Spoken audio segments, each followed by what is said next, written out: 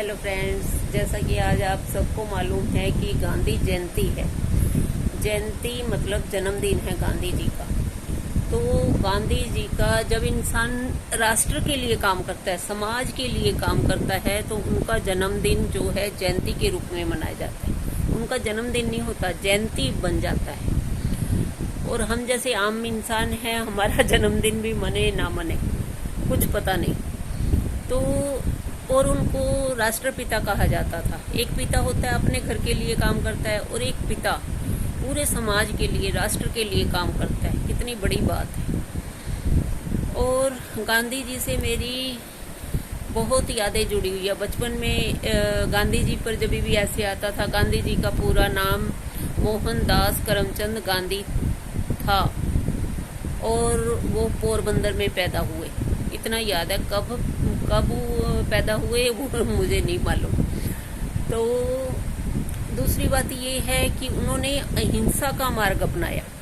अहिंसा मतलब लड़ो झगड़ो नहीं, शांत रहकर तुम अंदर ही अंदर कुछ ऐसा काम करो कि सांप भी मर जाए और लाठी भी ना टूटे। ऐसा ही काम जब मेरी जिंदगी अटक गई, बिल्कुल जिंदगी में ये कहते कोई रास्ता नहीं मिलता, अलग से कोई रास्ता बनाना पड़ता है, तो मैंने अहिंसा का मार्ग अपनाया। बिना लड़े झगड़े 28 साल पति के साथ रहने के बावजूद मैंने एक शब्द भी नहीं बोला, कहा भी नहीं कि मैं घर छोड़कर जा रही हूँ, और मैं घर छोड़कर आ गई। इतना बड़ा, इतना बोल्ड स्टेप मुझे लेना पड़ा जिंदगी में। कितनी दिल पर छुरियां चलती हैं, आप समझ नहीं सकते। कितना मुश्किल है कि जल में रहकर मगर से बैर करो, आप लड़ाई झगड़ा करो, पुलिस थाने करो, कोर्ट कचहरी करो, बड़ा मुश्किल होता है। तो अहिंसा का मार्ग सबसे बड़ा मार्ग है। अगर आप में हिम्मत है तो एक नया मार्ग ऐसा बनाओ कि बंदा कुछ बोल भी ना पाए, शर्म से पानी पानी हो जाए, समाज में उसकी कोई इज्जत ना रहे। वो एक क्रिकेट में एक वो होता है shot, nobody can move. 12-15 fielder खड़े खड़े देखते हैं, ऐसा शॉट लगता है कि 2 फील्डर में से के बीच में से बॉल निकलती हुई बाउंड्री को जाकर टकराती है, नीचे से जाती है, और फील्डर मतलब चुपचाप खड़े खड़े देखते रहते हैं। कोई भी किसी भी फील्डर की पहुंच से बाहर है बॉल, तो इसलिए वो देखते रहते हैं, नहीं तो बॉल के पीछे भागेंगे। तो ये शॉट मुझे बड़ा पसंद है, नो बॉडी कैन मूव। अपनी जगह पर खड़े हुए देखते रहो।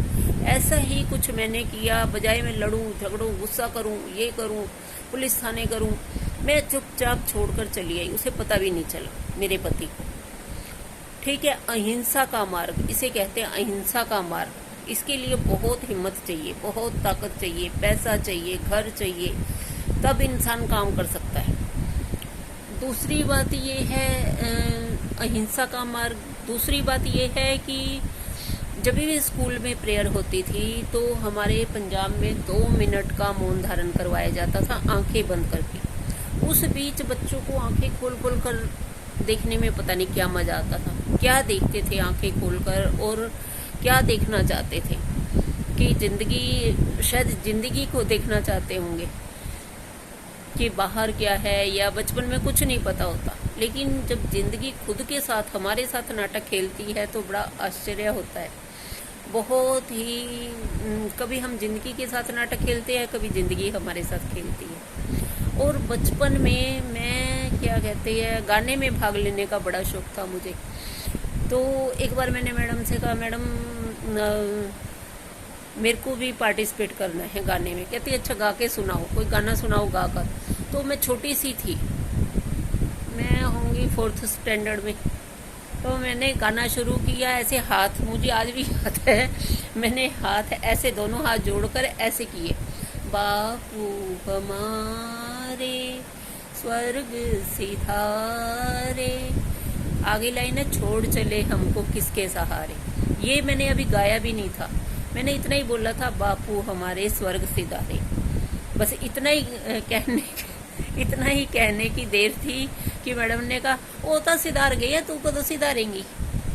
भाई हमारी मर्जी कहाँ होती है ऊपर जाने की, जब भगवान बुलाएगा तभी तो जाएंगे ना। और वो मैडम की बात मुझे मतलब हंसी भी आती है और गुस्सा भी आता है, क्या करें। लेकिन लाइटली लो तो ज़्यादा बेटर है। कि बोल दिया, उनके जो मन में आया बोल दिया। भाई मैडम तो मैडम है ना, क्या कर सकते हैं। तो कोई अच्छा गाना सुनना चाहती थी कि कुछ अच्छा एंटरटेनिंग गाना सुनाओ, है ना। और एक बात मम्मी बताती थी, मेरी मम्मी जब गांधी जी स्वर्ग सिधारे, उनके पार्थिव शरीर को लेके जाने लगे, तो मेरे मम्मी और नाना जी दिल्ली रहते थे, रूई मंडी में। कहने लगी हम छोटे छोटे थे, हम भागे भागे गए कि गांधी जी मर गए, गांधी जी मर गए, और हम पीछे भाग लिए। बहुत भीड़, पूरी दिल्ली इकट्ठी हो गई थी। मम्मी ने बताया था, रूई मंडी में रहते थे तब, बहुत मतलब रश हो गया था। और तीसरी बात एक है कि जब भी मैं राजघाट जाती हूँ, मुझे बड़ा अच्छा लगता है। वहाँ हरी हरी घास और एकदम शांति, बिल्कुल शांत वातावरण। और उनकी समाधि पर हे राम लिखा हुआ है, हे राम, जो उन्होंने अंतिम समय में शायद उनके शब्द थे, हे राम। जैसे हमारे जब भी कोई कष्ट होता है, या तो हाय मम्मी निकलता है, या हरे राम निकलता है, या हे भगवान निकलता है, ऐसे ही उन्होंने उनकी समाधि पर हे राम लिखा हुआ है। तो मैं 2-3 बार गई हूँ उनकी समाधि पर। दिल करता है सर्दियों के मौसम में खिली खिली धूप में वहाँ जाकर बैठ जाऊँ। अभी भी कल मैं वहाँ से गुजरी हूँ, तो मैंने बेटे से कहा कभी फुर्सत में आएंगे यहाँ पर, और ये गुरुद्वारे भी जाएंगे, नानक प्याऊ गुरुद्वारे और राजघाट और ये हनुमान मंदिर जी, ये रूट लेना तो थोड़ा सा अच्छा लगेगा मुझे। कितनी ऐसी चीज़ें हैं जो दिल्ली में आ गए 95 में हम, लेकिन बहुत सी चीज़ें ऐसी है जो एक बार भी नहीं देखी। ऐसे ही ज़िंदगी कब हाथ से फिसल गई कुछ पता ही नहीं। ये गांधी जी को लेकर ये बचपन की बातें थी जो मैंने आपके साथ शेयर करी। मतलब कब दिन चुटकी बजाते ही फुर्र हो जाते हैं, ऐसा लगता है। ऐसे भी मुझे लगता है कई बार मैं दोनों हाथ जोड़ के ऐसे कर रही हूँ, बापू हमारे स्वर्ग सिधारे, छोड़ चले हमको किसके सहारे। तो बड़ा अच्छा गाना है। जब बापूजी को गोली लगी थी, सारी दुनिया रोने लगी थी, ये गाना गाया जाता था स्कूलों में अक्सर। Okay friends, bye bye, see you again. और गांधी जी जो है बैरिस्टर थे, LLB।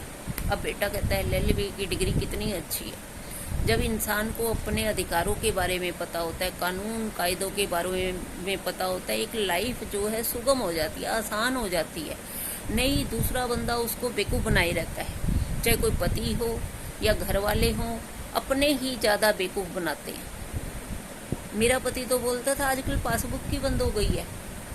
इतना बेवकूफ़ बनाया उसने मुझे कि आजकल बैंक में पासबुक नहीं मिलती, पासबुक सब ऑनलाइन काम हो गया और पासबुक बंद हो गई। देखो जरा, इतना मैं पढ़ी लिखी हूँ लेकिन मैं बोल नहीं पाती थी उसके सामने।